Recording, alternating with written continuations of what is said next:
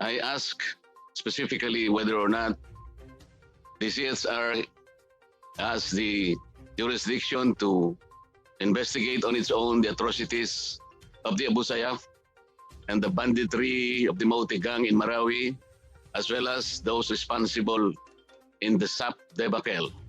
And the answer given to me by the CHR defender at the time is that the CHR has no jurisdiction over this. That is the reason why I raised question whether or not we should give you a 1,000 budget. Did you recall that? Madam Chair, we do. Yes or no? Yes, sir. Yes, Madam Chair. And did you know that because of that, I had several buzzers, thousands of them, until today.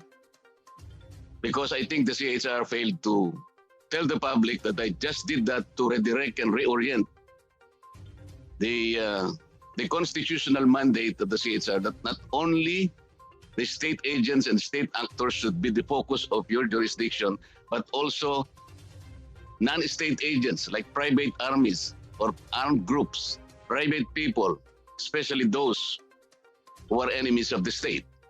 That was the basis why I stood and recommended a 1,000 peso budget. After that, maraming taon nang nakalipas po. And specifically, the next budget hearing, you also know and you should also admit today that the former CHR chairman, the late Chito Gascon, agreed with this representation to correct your infographics. And he signed the correct one with me. I still have my copy here. And I think from that, as you have been mentioning, it should have been a redirection and reorientation of what you should be doing. Hindi lamang po pulis at saka mga sundalo ang nakagagawa ng human rights violations. Kahit na po pribadong tao, kasama po yun doon sa inyong trabaho. Yun po yung aking gustong gawin. Pero alam ko po, hindi pa sapat na malaman ng tao kaya ako ginawa yun. Sapagkat hanggang ngayon, marami pa rin nagbabasa sa akin. Madam Chair, I want also to inform this committee that because of that position, yung 1,000 peso budget, I was then doing my doctoral dissertation at the University of the Philippines. Alam po ba ninyo na yung aking advisor, iniwanan ako dahil sa aking ginawa? Did you know that, Madam? Unfortunately, Madam Chair, we were not aware that that was a result of that. Well, I'm sorry that they did not know that, Madam Chair, because I stood on the floor by way of a privileged speech, and in one of those things that I have ventured to say, sabi ko, iniwanan po ako ng aking advisor. Mabuti na lamang kasing tapang ako ni Congressman Lagman. Nilamang ko po hanggang sa natapos ko rin ang aking doctoral dissertation kahit na hindi ako tinulungan. Tinanong ko po doon, Madam Chair, wala ba akong na-violate na human right doon? Considering na wala naman pong kinalamanan ng pagtayo ko sa pagtatrabaho ko po ito sa Kongreso, kasama ko si Congressman Lagman. Whether for or against a particular issue, trabaho po namin yun eh. Iniwanan po ako ng aking advisor. Na-violate po ba ang aking human right?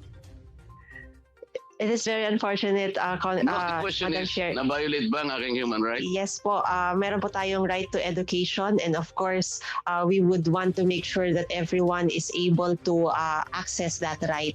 But nonetheless, we congratulate you for finishing your doctorate even if you were Thank you for the congratulations. Pero may tanong ko po, professor.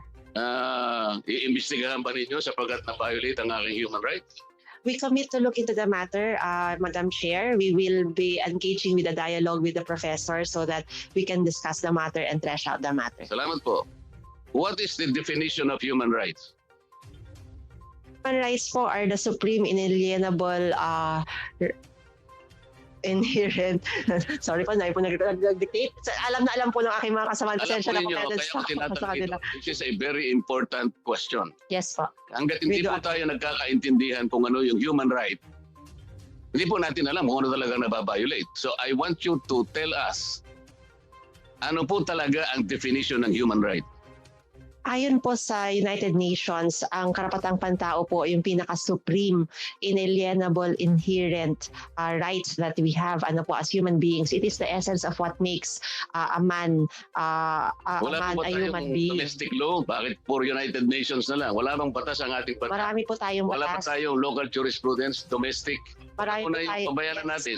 Kung wala tayong domestic basis, saka na natin kunin yung United Nations. Madam Chair, the Philippine government as well as Congress should draw pride in the fact that we have over the years enacted a lot of legislation, in particular on human rights. Hindi po, And what is the definition as we see it and as we know it in our local jurisdiction? ito po, ang karapatang pantao po ay likas sa atin dahil tao po tayo. Kailangan po natin ang karapatang pantao dahil ito po yung nagbibigay ng esensya sa ating pagiging tao. It's what distinguishes us from You are describing it, animals. madam. You are not defining it. Importante po ma-define natin sapagkat hindi natin alam kung anong nababiolate kung hindi natin kilala. Ano yung nabiolate natin? Yung Simon versus CHR po na case natin, human rights are our entitlement as human beings. It's natural po and inherent in us Ito po being yun. a human. Nasabi niyo yung Simon. Pareho Apa. tayo dyan. Ito Yes po. po. In the case of Simon et al. Versus Commission on Human Rights, GR number 100-150, January 5, 1994. The Supreme Court had the occasion to take judicial notice of the broad definition of human rights as culled from the unassembled Symposium on Human Rights in the Philippines, sponsored by the University of the Philippines in 1977. Human rights include civil rights, such as right to life, liberty and property, freedom of speech, of the press, of religion, academic freedom. Ito po yung sinasabi ko kanina. To form political associations and social rights such as the right to education, employment, and social services. The term civil rights has been defined to include the rights of property, marriage, equal protection of the laws, freedom of contract, or rights pertaining to persons by virtue of his citizenship or to rights capable of being enforced or redressed in a civil action. Ito po ang definition ng human rights. Napakalaw. Marcoleta, your time is up, but as a friend, I'm giving you an extension of a minute. Ano po yun? Ganito po kasi yun eh. Sa dami po nitong human rights na to, kamukha po nang nangyari sa Abu Sayyaf, sa SAC 44, ang tinitingnan lang naman po natin eh. Kasi on your own eh. You have to investigate, baka sakaling maraming na-violate dito. Marami po talaga eh. Ngayon, tinanong ko po sa kanila noon, hindi po nyo jurisdiction. Mali po yun eh. Yes po. Madam Chair, we wish to inform the body that we have investigated such cases and we continue to investigate such cases. In fact, we have also issued condemnatory statements. For SAP 44, we have investigated such. We have provided financial assistance to all such. We regret that it was not made known to the public in the past years, but we have endeavored to remedy it following the intervention of Honorable Marcoleta. Ito po, huli na lang. Last Congress, a committee investigated a housing project constructed in Misamis Occidental involving a deputy speaker, involving the powers that be in Misamis Occidental. Ang dami pong mga government offices ang nasangkot doon. DPWH, Commission on Audit, DILG, National Housing Authority, halos lahat po ng agencies involved, pati PCUP, and to the credit of the Human Rights Commission, yung representative po ninyo was able to document na totoong nangyari sapagkat winasak lahat ang mga bahay, pati po yung may-ari ng mga residential lots na nagtayo sila ng sariling bahay. Pag-aari nila talaga, yung titled in their own names. Yung congressman doon, sarili niyang constituents, kapitbahay niya, winasak niya ang mga bahay, invoking the right to expropriate. Ang dami pong nalabag na batas. And there is a committee report produced by that committee and upheld, adopted by the plenary, at sinasabi po doon ng maraming recommendations. Tingnan po niyo yun sapagkat sinabi, padalhan ng TOJ, padalhan ang ombudsman, padalhan pati Solicitor General for any administrative, civil, law, whatever, and probably human rights violations. Ano po kaya ang gagawin niyo doon? Meron pong committee report talaga. Madam Will you be able to look into that? Yes, Madam Chair, we will be looking into such matter. The CHR actively participates in all pre-demolition conferences. We look into such cases as well and investigate. And if the results of our investigation will point out to liabilities, we will be recommending the filing of charges. And we will look into that report, Madam Chair, and make sure that the recommendations made by Congress will be carried out and acted upon. I will undertake to give her a copy of the committee report, Madam Chair, and Madam Defender of the CHR.